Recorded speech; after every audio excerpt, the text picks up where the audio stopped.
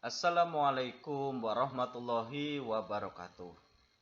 Pada kesempatan ini, saya akan memberikan pengantar pembelajaran bahasa dan sastra Indonesia yang ada di Madrasah Ibtidaiyah ataupun di SD. Usia anak yang sekolah di Madrasah Ibtidaiyah atau di SD lazimnya usia 7 tahun sampai 13 tahun.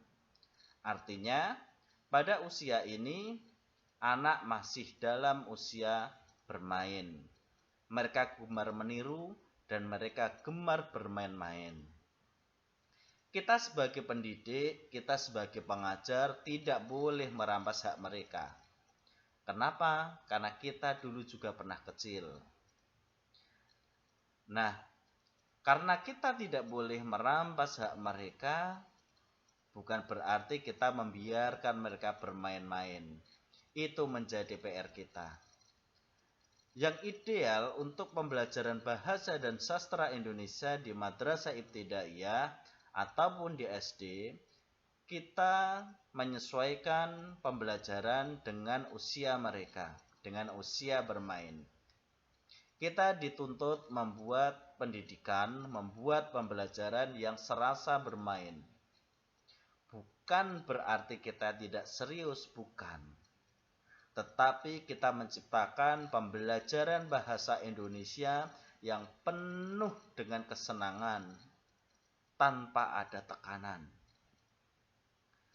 Usia-usia awal, khususnya anak yang masih kelas 1 SD, tentu perlakuannya berbeda dengan anak yang sudah kelas 2, 3, ataupun 4, 5, dan 6. Setiap jenjang itu kita harus lebih jeli. Semakin rendah kelasnya berarti kita dituntut untuk lebih bersabar.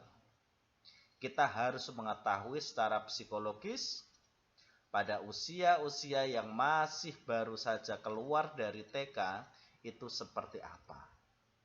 Pembelajaran bahasa Indonesia untuk yang masih dasar kelas 1, kelas 2 masih dititik beratkan pada kemampuan membaca, kemampuan menulis.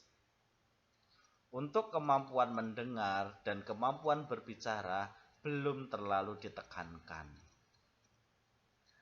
Pembelajaran pada awal-awal untuk anak yang baru lulus dari TK, maka pembelajaran bahasa Indonesia dituntut untuk mengajarkan kemampuan menulis dari huruf per huruf, dari kata per kata. Ketika mereka lelah, itulah peran guru yang bisa memanfaatkan sastra sebagai salah satu media ataupun salah satu bahan untuk memberikan pendidikan kepada anak. Sastra sendiri memiliki sifat edus and zutail. Edus artinya mendidik, zutail artinya menghibur. Jadi ketika anak di madrasah ataupun anak di SD sedang jenuh, tidak ada salahnya gurulah yang harus bercerita. Maka jangan heran kalau pembelajaran bahasa dan sastra ini memang disatukan. Kenapa? Untuk saling melengkapi. Sastra khususnya dongeng hampir sudah terlupakan. Coba kita merenungi sedikit, kita lihat di sekeliling kita. Kamu cek ke orang tua kalian, masihkah orang tua kalian mendongengkan kalian ketika kalian mau tidur? Saya yakin tidak pernah ada. Tidak pernah ada. Padahal yang namanya anak ketika didongengkan itu luar biasa. Mereka akan sangat menikmati. Saya mempraktekkan itu kepada ponakan saya.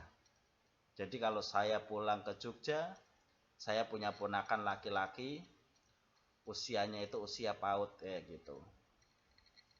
Awal mulanya dengan saya itu sangat takut, tapi lama-kelamaan saya sering bercerita tentang burung elang raksasa. Jadi saya kalau bertemu dengan ponakan saya, apa yang saya lakukan? Saya bercerita tentang elang raksasa yang kadang memangsa manusia ataupun memangsa yang lain. Saya buat fiktif sekali.